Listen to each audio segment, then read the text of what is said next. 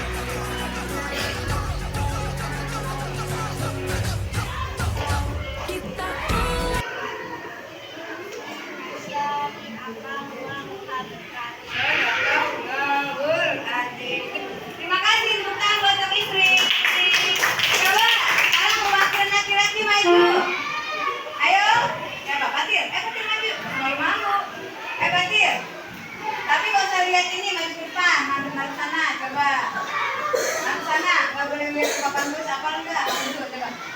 A'udzubillahi minasyaitonirrajim. Bismillahirrahmanirrahim. Inna a'tainakal kautsar fasholli li rabbika wanhar. Inna syani'aka huwal abtar. Sadaqallahul azim. Selamat tadi. Tadi gue ulangi lagi untuk arti surat Al-Kautsar tadi apa? Nikmat ya. Ada berapa ayat? 3. Kenapa disebut surat Makkiyah? Karena diturunkan di kota Makkah. Oke, minggu depan tuh RP ini dihafalin surat apa Al-Kautsarnya sama artinya. Ya. Apa tadi arti surat Al-Kautsar? Nikmat ya. Sama-sama kita baca.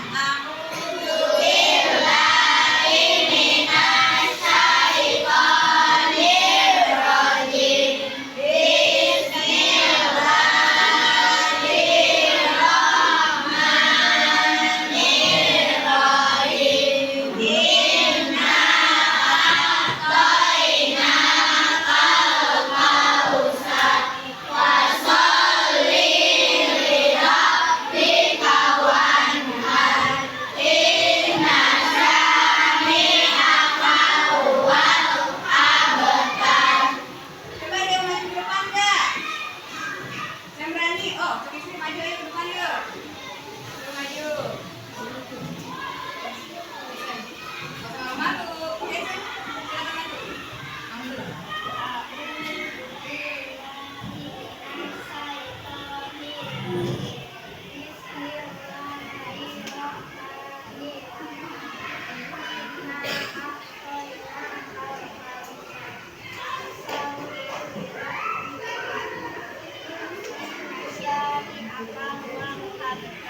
Sadaqallahul azim. Terima kasih tepuk tangan buat sang istri. Coba sekarang mewakili laki-laki maju.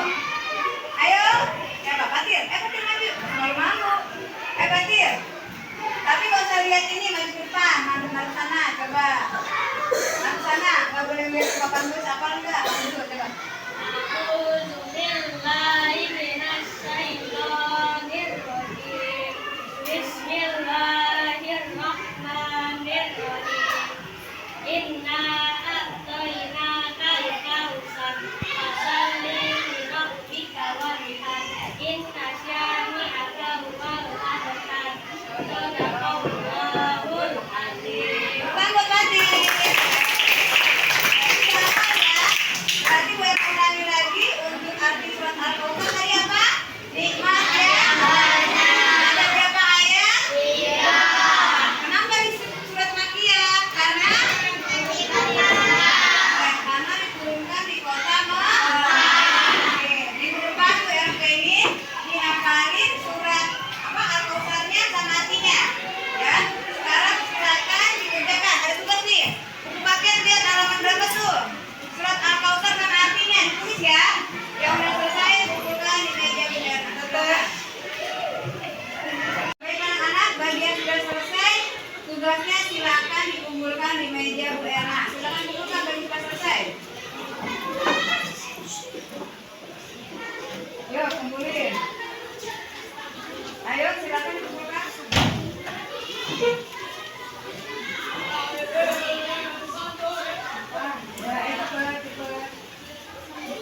Ya. Nah, anak-anak, seperti ini benar.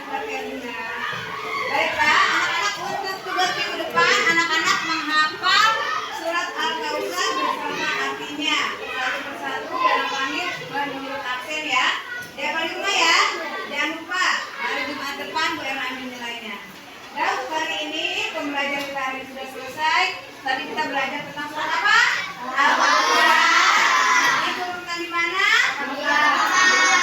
Ada berapa ayat? 3. Kenapa disebut surat apa Makkiyah? Karena diturunkan di kota Makkah. Sebelum pulang, mari sama-sama kita baca doa terlebih dahulu. Yuk, siapa yang ingin doa pulang hari ini?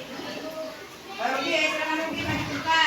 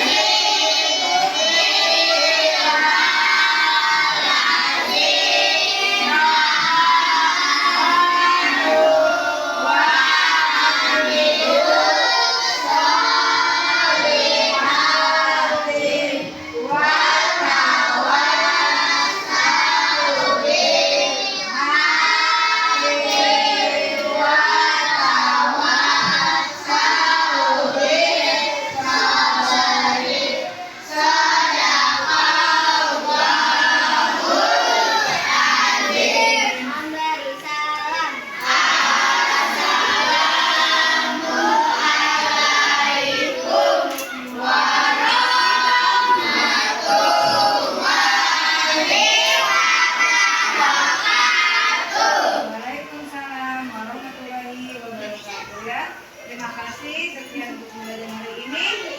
Pulang sekolah harus pulang, nggak ada yang main. Kalau memang belum dijemput, tunggu di kosan. Ya.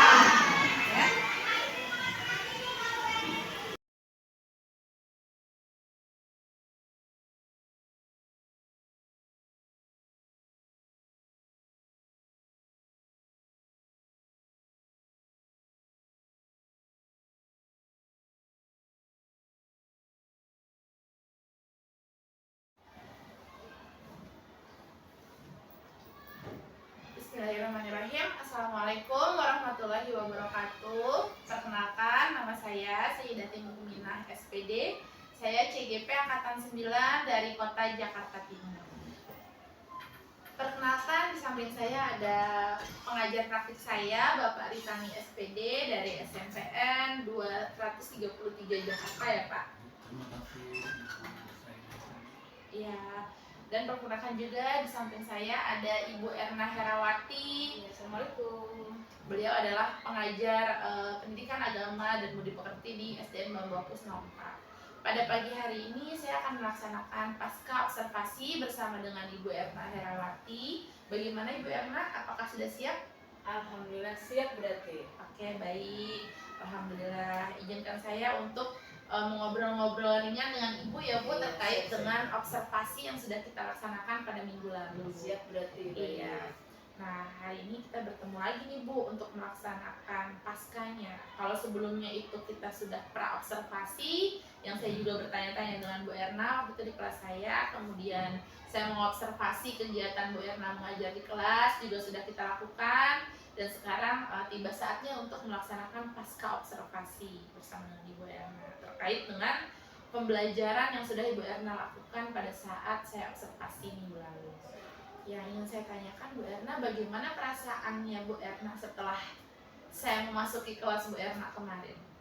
Untuk perasaan terus terang pertama-tama saya merasa gugup, saya merasa risih karena baru pertama kali kan pengalaman namanya manusiawi ya, itu kita pertama-tama pasti itu dirasakan dengan perasaan gugup dan gemetaran. Tapi setelah pembelajaran berjalan dengan sendirinya, alhamdulillah itu berjalan dengan lancar dan di kelas pun anak-anak semua peserta didik aktif, berarti seperti itu. Alhamdulillah lega saya rasanya seperti itu. Itu berarti. Alhamdulillah ya Bu Erna, berarti awalnya gugup, kemudian betul. setelah saya masuk ke dalam ternyata sudah lega gitu ya. Alhamdulillah. Baik Bu Erna. Lalu kemudian yang ingin saya tanyakan, kemarin Bu Erna itu pada saat saya observasi itu mengajar pendidikan agama dan budi pekerti ya. Betul, Itu di betul. kelas berapa ya Bu Erna? Di kelas 3A, saya kemarin mengajar agama di kelas 3A. Oke, di kelas 3A. Materinya apa Bu Erna, bisa dijelaskan? Materi kemarin yang saya ajarkan itu tentang Quran surat Al-Kautsar kepada anak kelas 3 kemarin. Surat Al-Kautsar berarti seperti itu. Baik, surat Al-Kautsar. Nah, itu kira-kira pada saat Bu Erna melaksanakan pembelajaran surat Al-Kautsar tersebut, tujuan pembelajarannya itu untuk peserta didik kita itu bagaimana Bu Erna? Tujuannya yang pasti yang pertama saya mengenalkan kepada peserta didik, satu supaya mereka dapat mengenal dan mengerti apa itu surat Al-Kautsar, tahu tentang ayat-ayatnya dibaca, lalu mengerti apa tentang arti dan kandungan isi surat Al-Kautsar itu, berarti seperti itu. Baik Bu Erna. Nah, tadi intinya agar siswa mengerti apa kandungan betul. dari surat Al-Kautsar Iya, tersebut ya Bu Erna ya. Luar biasa. Bagus sih Bu Erna. Kira-kira area pengembangan yang hendak dicapai Bu Erna pada saat mengajarkan materi pembelajaran surat Al-Kautsar itu seperti apa Bu Erna? Areanya itu yaitu saya sesuaikan dengan model pembelajaran yang sesuai di dalam kelas, berarti supaya anak-anak aktif seperti itu area pengembangannya. Seperti itu. Kemudian apakah berhasil anak-anak kemarin itu aktif? Alhamdulillah setelah saya masuk dalam kelas dan mengajarkan seperti itu, anak-anak aktif, ada yang bertanya, ada yang maju ke depan juga. Alhamdulillah anak-anak di dalam kelas aktif. Tapi kira-kira apakah ada kendala ya Bu Erna dari pembelajaran yang sudah Bu Erna laksanakan kemarin? kendalanya. Kendalanya bagi saya, karena saya kan kemarin memang belum menggunakan Infokus ya. Saya pengen untuk selanjutnya saya menggunakan Infokus agar pembelajaran di dalam kelas itu bisa berjalan dengan lebih aktif lagi, lebih bervariatif lagi, dan menambah motivasi siswa di dalam kelas belajar. Seperti itu berarti. Jadi kendalanya itu tadi karena Media pembelajaran. media pembelajaran Betul, tidak saya menggunakan. menggunakan.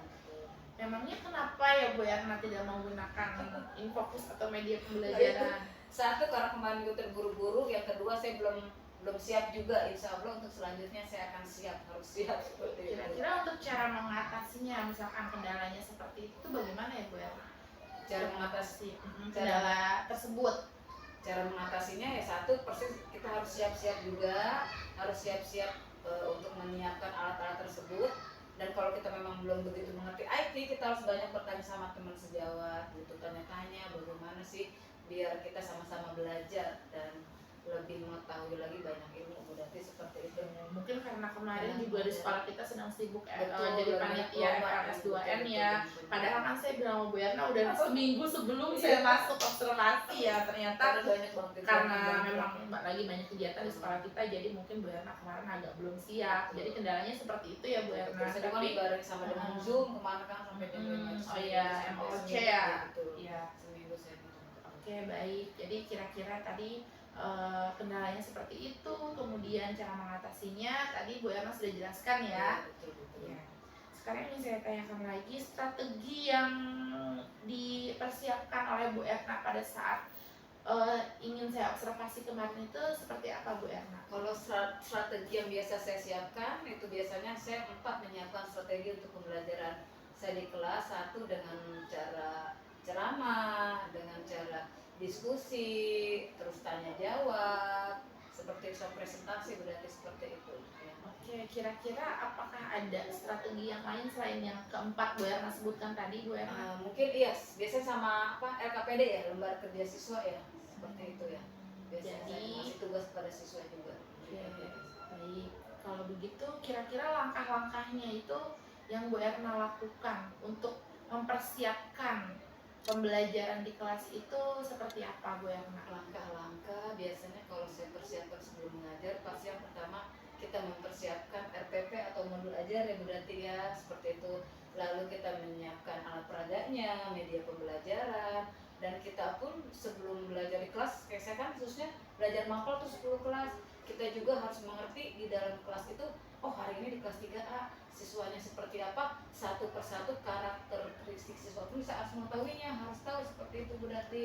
Oh di kelas ini ada yang ABK apa enggak, jadi kita harus mempersiapkan apa nih untuk siswa supaya tidak mengganggu teman-teman yang lain gitu. Jadi kita harus perhatikan anak ini dulu gitu. Tapi ketika kemarin Bu Dati masuk di kelas 3A ya, alhamdulillah tidak ada anak seperti itu. Kalau di kelas lain saya ada, di kelas 1A, 1D ada seperti itu, dan di kelas 6A dan 6B ada juga. Jadi kita harus mempersiapkan pelajaran lain untuk mereka gitu. Ada dua tuh di dalam kelas. Jadi saya ngasih tugas anak ini dulu supaya anteng, tidak mengganggu teman yang lain.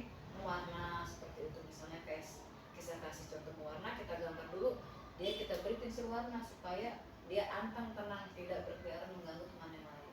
Seperti itu Bu Dati. Kalau boleh tahu, memangnya kalau misalkan itu tadi khusus menghadapi anak yang berkebutuhan khusus seperti itu ya Bu Erna. Apakah di sekolah kita ini yang anak-anak berkebutuhan khusus itu hanya disediakan menggambar oleh Bu Erna? Kadang sama saya diajarin berhitung juga, dia kan ada juga yang belum terlalu lancar untuk mengucapkan kata-kata kan. Kadang dia ngomong aja susah gitu kan, pakai bahasa isyarat juga dia ngomong. Kadang Ada yang seperti itu ya Bu Erna? di kelas 1D, kelas 1-nya Bu Imas itu kayak Prabu kan.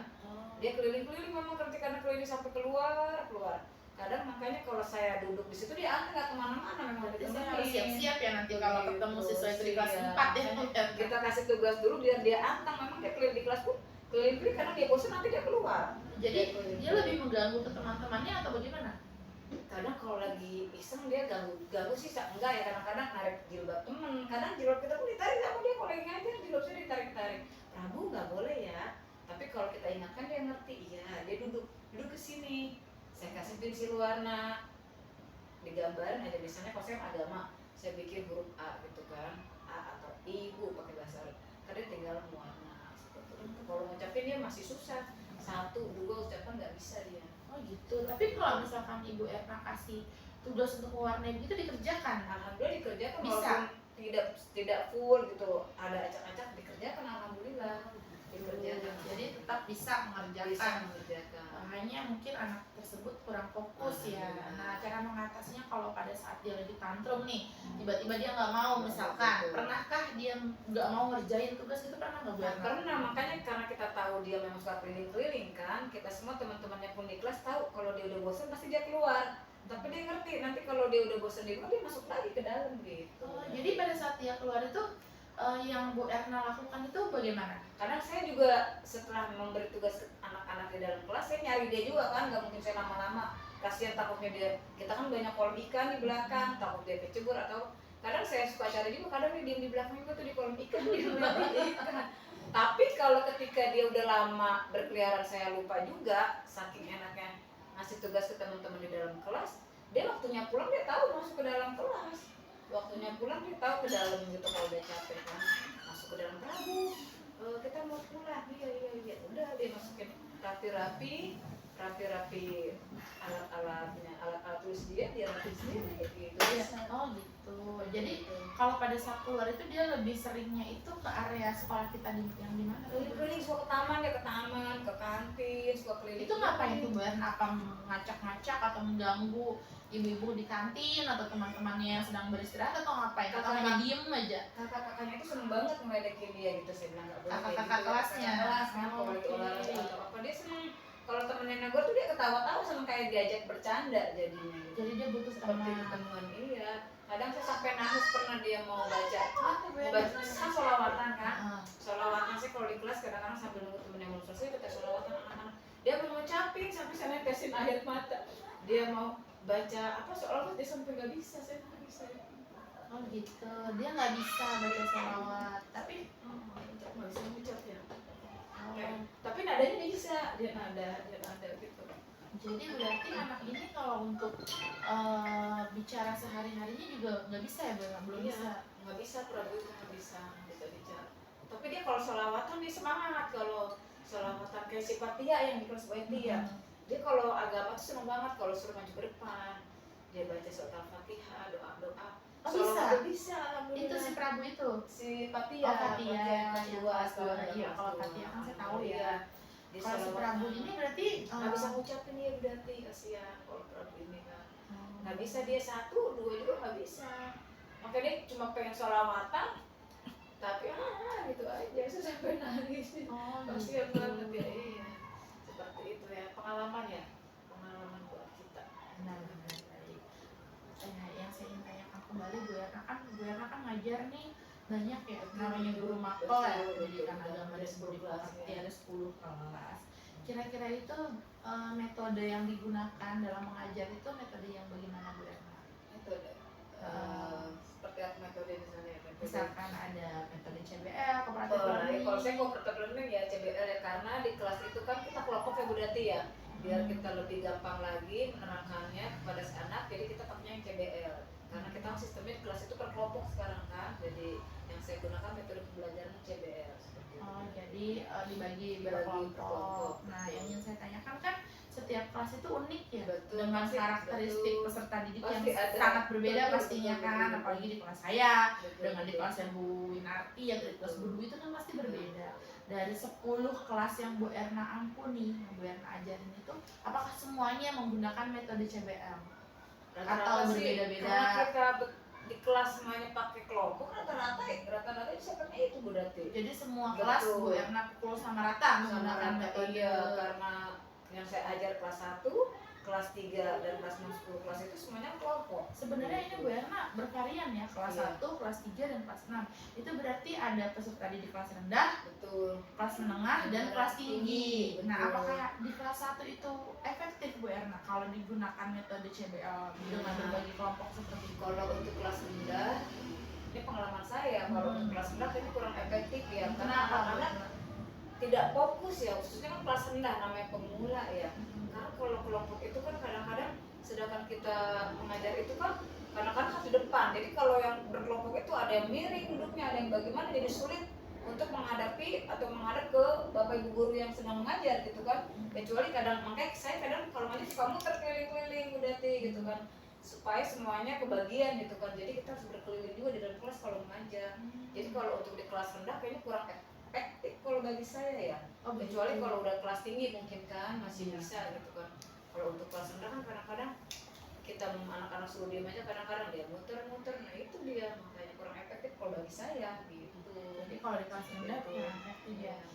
Lalu langkah Bu Erna untuk mensiasati ketidakefektifan tersebut bagaimana Bu Erna? Nah itu dia kadang-kadang anak-anak, coba anak-anak perhatikan, saya kadang-kadang saya alihkan pakai tepuk-tepuk atau apa kan, tepuk islami, tepuk anak soleh, biar anak-anak semuanya fokus gitu kan menghadap ke saya gitu. Saya siasati dengan penyanyi dulu atau dengan tepuk-tepuk supaya anak-anak fokus semuanya menghadap sama kita gitu Bu Dati.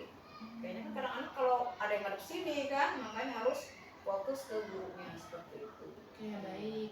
Kemudian yang saya tanyakan lagi selama Bu Erna, ini Bu Erna mohon maaf ngajar di sekolah kita sudah berapa lama ya Bu Erna? Saya di sini kurang lebih udah 3 tahun Bu Dati di sini. Selama 3 tahun itu apakah Bu Erna pernah menggunakan metode yang lain selain belajar di dalam kelas gitu Bu Erna?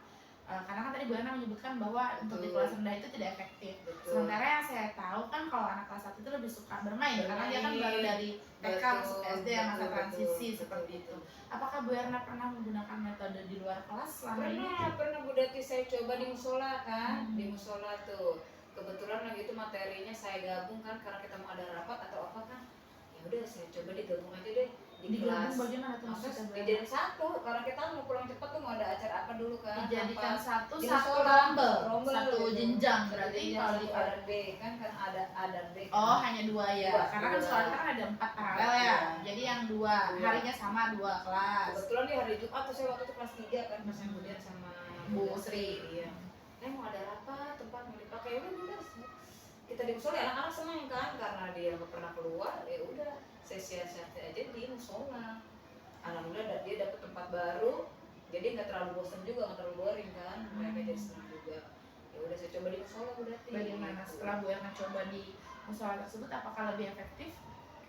Kalau dibilang lebih efektif sih pasti lebih efektif di kelas karena dia kan nggak kemana-mana juga, nggak berkeliaran kan. Kalau di musola nanti bisa keluar atau kemana kan, itu kan di musola biar mereka nggak jenuh aja, kita selingin gitu kan untuk belajar di luar kelas. Oke. Itu.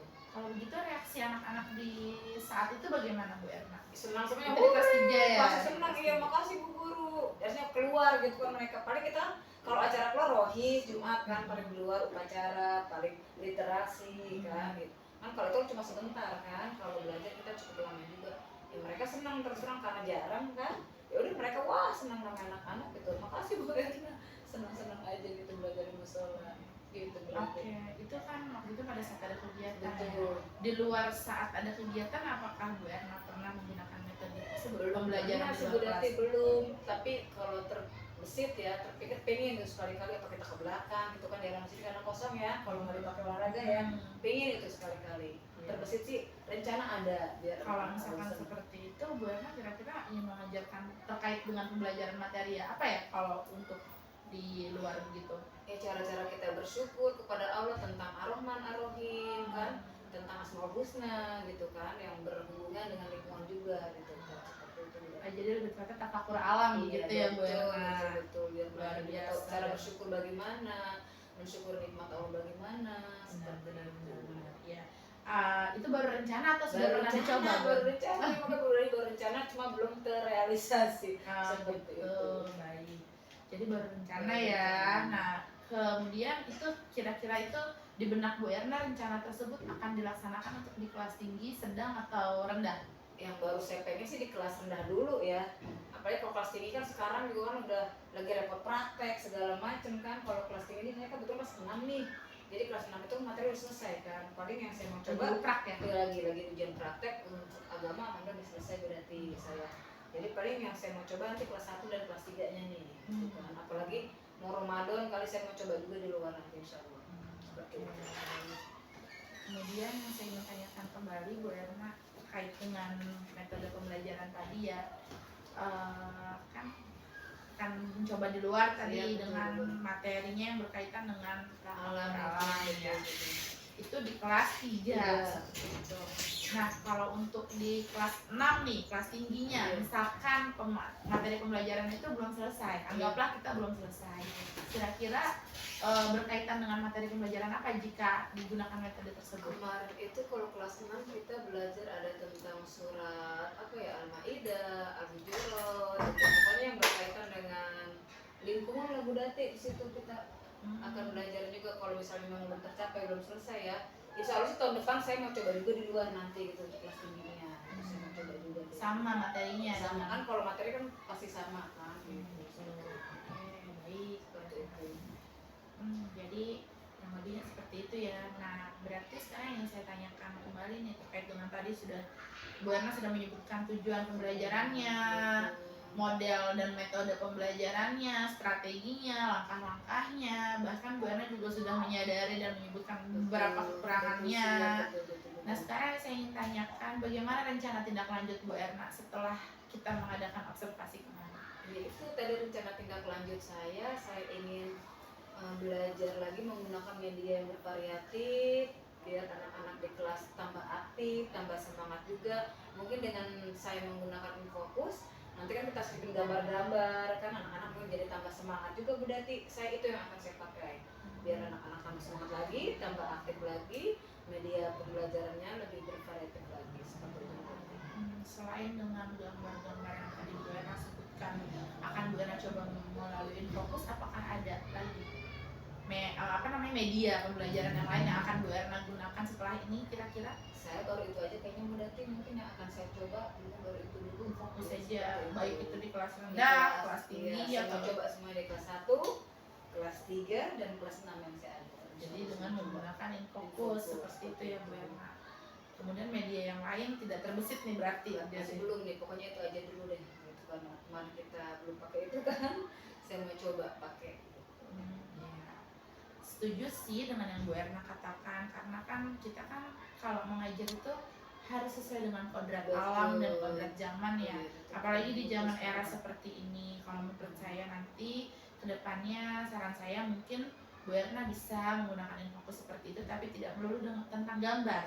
Bisa jadi Bu Erna tinggal cari video-video pembelajaran. Sekarang kan banyak tuh Bu Erna di YouTube atau di Google. Bu Erna bisa download video yang berkaitan dengan materi yang akan Bu Erna ajarkan, karena anak-anak itu lebih senang dengan hal-hal yang seperti itu. Nonton, kita mau nonton ya Miss, iya. Jadi mereka tuh semangat sekali, benar. Dan tadi saya juga setuju sih dengan yang Bu Erna katakan untuk mengajar tentang materi pembelajaran yang terkait dengan tafakur alam di sekitar lingkungan sekolah. Apalagi sekolah kita kan punya banyak banget nih. Ada taman lalu lintas, taman toga, kebun pertanian, bahkan kolam-kolam ikan tentang refleksi itu bisa kita jadikan pusat pembelajaran Bu Erna. Selain di kelas, kita juga bisa mengajak siswa-siswi kita untuk berkeliling dan menggunakan fasilitas-fasilitas yang ada di sekolah ini. Biar tambah semangat belajar ya. Jadi medianya mungkin selain Infocus, anak-anak juga bisa kita ajak langsung, terjun langsung terkait. Oh ini ya, kalau saya sendiri yang misalkan saya mempelajari pelajaran IPAS gitu Bu Erna. Anak-anak ini yang namanya pohon, ini yang namanya daun, ini yang namanya akar, ranting, batang, buah. Dari sekecil itu tuh anak-anak kalau kita ajak langsung beraksi gitu, bertindak untuk melakukan pembelajarannya itu secara nyata, itu akan terkenang terus sepanjang masa. Jadi daripada mereka hanya mengingat, oh surat Al-Maidah bunyinya begini, artinya begini, tapi nggak tahu nih makna yang sebenarnya seperti apa. Jadi mungkin kedepannya saran saya seperti itu ya Bu Erna, ajak anak-anak untuk langsung terlibat, biarkan mereka untuk menjadi pemimpin pembelajarannya sendiri. Dan jangan lupa juga gunakan hak suara mereka. Aspirasikan apakah anak-anak gimana setelah kita belajar di luar tadi. Menurut kalian nih lebih menyenangkan belajar di luar atau di dalam? Nah, untuk pembelajaran kita berikutnya anak-anak maunya bagaimana? Kasih pilihan. Biar nggak bosan ya. Iya. Betul. Semangat, saya setuju berarti. Jadi kepemilikannya juga ada. Oh iya, ternyata sekolah kita memiliki banyak fasilitas, ada kebun, kita bisa berkebun.